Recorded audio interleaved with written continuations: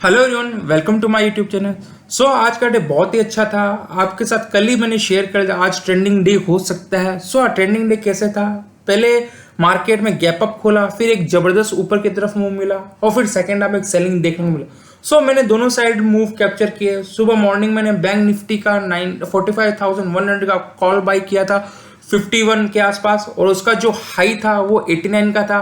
फिर second half में जैसे निफ्टी में ब्रेक डाउन हुआ, मैंने निफ्टी का 19,450 का पुट बाई किया था 8 रुपीज में। उसका जो हाई था वो 60 का था। ये जर्नी मैं वेट ही कर रहा था ऐसा ट्रेंडिंग डे का। देखिए, जब मार्केट में ट्रेंडिंग मूव आता है तो आपको उसको कैपिटलाइज करना होगा, क्योंकि मार्केट एक ही रेंज में ट्रेड कर रहा। अगर आप ट्रेडर है तो आपको एकदम कभी भी बायस्ड व्यू नहीं होना चाहिए। जिस हिसाब से प्राइस एक्शन आपको अपॉर्चुनिटी थे उस हिसाब से आपको ट्रेड लेना चाहिए, क्योंकि ये जब बहुत डिफिकल्ट होता है। अगर आप बुलिश व्यू के साथ ट्रेड कर रहे हैं आपके लिए बहुत डिफिकल्ट होता है आपको उससे बुलिश व्यू से एग्जिट करना और फिर बियरिश व्यू में आना। किंतु मैं मार्केट में बहुत टाइम से था तो मेरे को पता प्राइस कैसे बढ़ेगा। मैं अपना प्रोसेस को फॉलो करता हूँ, मैं कोई भी बायस्ड व्यू नहीं रखता। अगर मेरे को लगता है प्रोसेस बोल रहा है कि ये यहाँ पे शॉर्ट करना चाहिए, यहाँ पे एग्जिट, मैं उस हिसाब से करता हूँ। और प्रोसेस बोलता है मेरे को बुलिश व्यू रखना है तो मैं बुलिश के साथ ट्रेड करता हूँ। यही होगा मैक्सिमम एसएलई तो ट्रिगर होगा। पर अगर आपको मार्केट में बड़ा पैसा कमाना, आपके 2 4 5 एसएल ट्रिगर होंगे, किंतु एक ट्रेड ऐसा मिलेगा वो आपका पूरा लॉसेस कवर कर देगा। किंतु बस आपको ये चीज फोकस करना, आपके जो लॉसेस है उसको कंट्रोल करना, उसको छोटे करना। अगर अपने लॉसेस को आप कहीं पे कंट्रोल नहीं करेंगे ना, ओवर द पीरियड आपके जो लॉसेस है बहुत बढ़ जाएंगे, फिर आपका हिम्मत नहीं होगा। आप फिर छोटा प्रॉफिट मिलेगा, आप उसको कैपिटलाइज करने की कोशिश करें, उसको बुक करने की कोशिश करेंगे। अगर आपको मार्केट में सक्सेसफुल होना, मैं आपको बार बार एक ही चीज बोलता हूँ, खाली आपको छोटे लॉसेस को छोटे रखना, बड़े नहीं होने देना। अगर आप उसको बचा लिए ओवर द पीरियड आप मार्केट में धीरे धीरे सस्टेन रहेंगे, और जब तक आप मार्केट में सस्टेन रहेंगे ना, आप एक ना एक टाइम ऐसा आएगा आप मार्केट का स्ट्रक्चर समझ जाएंगे। अगर आप प्राइस एक्शन ट्रेडर हैं, आप टेक्निकल एनालिसिस फॉलो करते हैं तो। चलिए, एक और चीज मेरे को अलार्मिंग फैक्टर आपको बताना चाह रहा था। अगर आप देखेंगे मिड कैप इंडेक्स चार्ट, ये बहुत ही जबरदस्त मेरे को एक्सटेंडेड लग रहा है। इतना दिन मैं कंसर्निंग नहीं था कर। अगर आप लास्ट 3-4 दिन से देखेंगे बहुत सारे स्टॉक ब्रेकआउट दे रहे हैं, पर वो सस्टेन नहीं कर रहे हैं। मॉर्निंग में उनको अच्छा ब्रेकआउट है, एंड ऑफ द डे वहां पे सेलिंग देखने को मिल रहा है। ये क्या होता है, जो इसको डिस्ट्रीब्यूशन कहा जाता है, ये बहुत ही अलार्मिंग होता है। और अलार्मिंग मेरे को ज्यादा क्यों लग रहा है, अगर आप देखेंगे मिड कैप और स्मॉल कैप के इंडेक्स को बहुत ही जबरदस्त मूव दे चुके हैं ऑलरेडी। अब ये सबको साइडवेज आना इंपॉर्टेंट है। देखिए, पहला leg, second leg, third leg, fourth leg, ये फिफ्थ लेग चल रहा है। जनरली बहुत रेयर चांसेस है कि बैक टू बैक 5 लेग मिलता है। किंतु अब mid cap stock, small cap index, mid cap index, small cap index, यहाँ पे अगर टाइम स्पेंड नहीं करता है तो आने वाले दिनों में ऐसा हो सकता है यहाँ पे 2-3 साइडवेज जाके बहुत शार्प करेक्शन भी आ सकता है। अभी का जो इन्वायरमेंट है यहाँ पे आपका जो प्रोबेबिलिटी ऑफ सक्सेस है बहुत ही लो है। इस रीजन से अब मैं यहाँ पे कोई भी फ्रेश पोजीशन नहीं लूंगा। मेरे पास जो ऑलरेडी पोजीशन है उसमें मैंने एसएल टाइट कर लिया। अब मैं यहाँ पे बहुत ही डिफेंसिव ट्रेड करने वाला हूँ। या तो मैं यहाँ पे मेरा जो प्लानिंग है, अगर कल भी स्कॉट किए बहुत सारे स्टॉक में डिस्ट्रीब्यूशन दिखा, तो नेक्स्ट वीक के लिए मैं एक भी ट्रेड लेने वाला नहीं हूँ। खाली जो मेरे एग्जिस्टिंग प्रॉफिटेबल ट्रेड है उसको खाली ट्रेल करने वाला। उसके बाद मैं रिव्यू करूंगा आफ्टर 1 वीक मार्केट कैसा बिहेव कर रहा है, जो स्टॉक ब्रेकआउट दे रहे वो कैसे सस्टेन कर रहे हैं। देखिए, मार्केट में आपको एनी टाइम अपॉर्चुनिटी नहीं मिलती। आपको मार्केट में राइट टाइम में घुसना पड़ेगा, और राइट टाइम पे एक ऐसा टाइम है आपको कैश पे भी बैठना पड़ेगा। अगर आपको एवरीडे कुछ ना कुछ ट्रेड करना तो अल्टीमेटली आप कभी ना कभी अपना पैसा लूज आउट कर देंगे, क्योंकि लास्ट 3 महीने 4 महीने से मार्केट ने आपको बहुत अच्छा अपॉर्चुनिटी दी।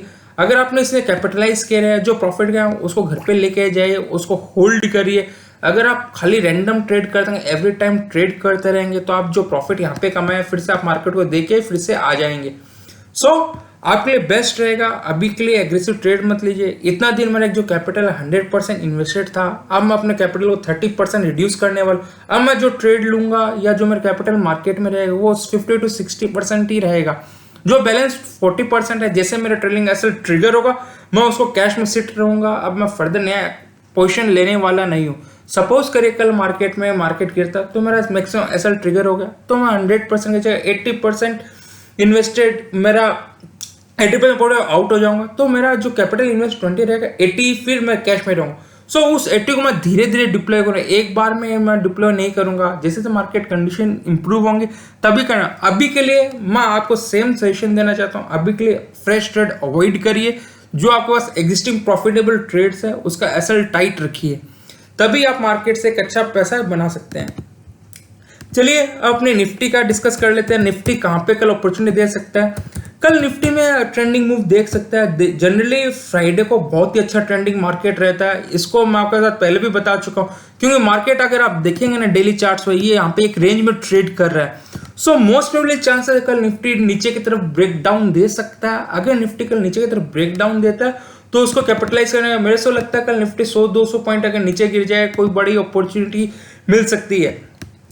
अब निफ्टी कहाँ शॉर्ट करेंगे? मेरा कल का 2 जगह प्लानिंग है। अगर आप यहाँ पे देख रहे हैं निफ्टी ये ट्रेंड लाइन को बार बार एक्सपेक्ट कर रहा है और जैसे इस एरिया के पास आता है वहां पे यहाँ पे रिवर्सल देखने को मिलेंगे, यहाँ पे बायर्स एक्टिव है। अब कल कोई भी रीजन मार्केट फ्लैट खुलता है और खुल के ब्रेक डाउन देता है और breakdown of 15 minute candle sustain करता है तो वेल एंड गुड है, फिर नेक्स्ट कैंडल में यहाँ पे ट्रेड लूंगा। अरे कोई रीजन से निफ्टी यहाँ पे आके फिर से सब प्राइस एक्शन देता है तो मैं यहाँ पे फुल क्वांटिटी का निफ्टी शॉर्ट करने वाला हूँ और फिर बैलेंस क्वांटिटी कहाँ शॉर्ट करूंगा? अगर निफ्टी 19,310 के नीचे अगर और सस्टेन करता है 15 कैंडल तो मैं यहाँ पे और क्वांटिटी ऐड करने वाला हूँ। माइट में लिवरेज पोजीशन ले लूँ। पहले यहाँ पे मैं निफ्टी का फ्यूचर शॉर्ट करने का प्लानिंग है मेरा, अगर ऐसा प्राइसिंग में मिलता है। और जैसे ही निफ्टी 19,310 के नीचे 15 कैंडल क्लोज होता है तो मैं यहाँ पे पुट्स और ऐड कर सकता हूँ।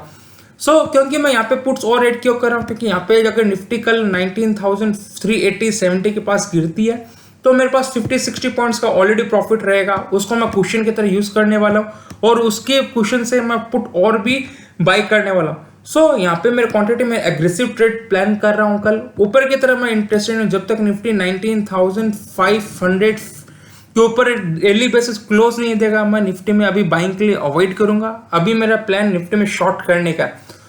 इस ट्रेड को मिस मत करिए। अगर मार्केट आपको अपॉर्चुनिटी तो ये अच्छा ट्रेड हो सकता है। यहाँ पे जो रिस्क रहेगा वो आपका 30-40 पॉइंट्स का रहेगा और जो रिवॉर्ड में एक्सपेक्ट कम से कम 150-200 पॉइंट का मूव एक्सपेक्ट कर रहा हूँ नीचे की तरफ। मेरे को लग रहा है कि निफ्टी ये ब्रेक डाउन देता है। पहला टारगेट 19,220 का रहेगा, सेकेंड टारगेट 19,050 का रहेगा। फिर उस एरिया में कैसे निफ्टी बिहेव करता है उसके बाद ही मैं प्लान करने वाला। ये दोनों मेरे को टारगेट अचीवेबल लगे जिस हिसाब से प्राइस एक्शन बन रहा है। होप आपको वीडियो अच्छा लगा उसे लाइक करिएगा और चैनल सब्सक्राइब करिएगा। Thank you.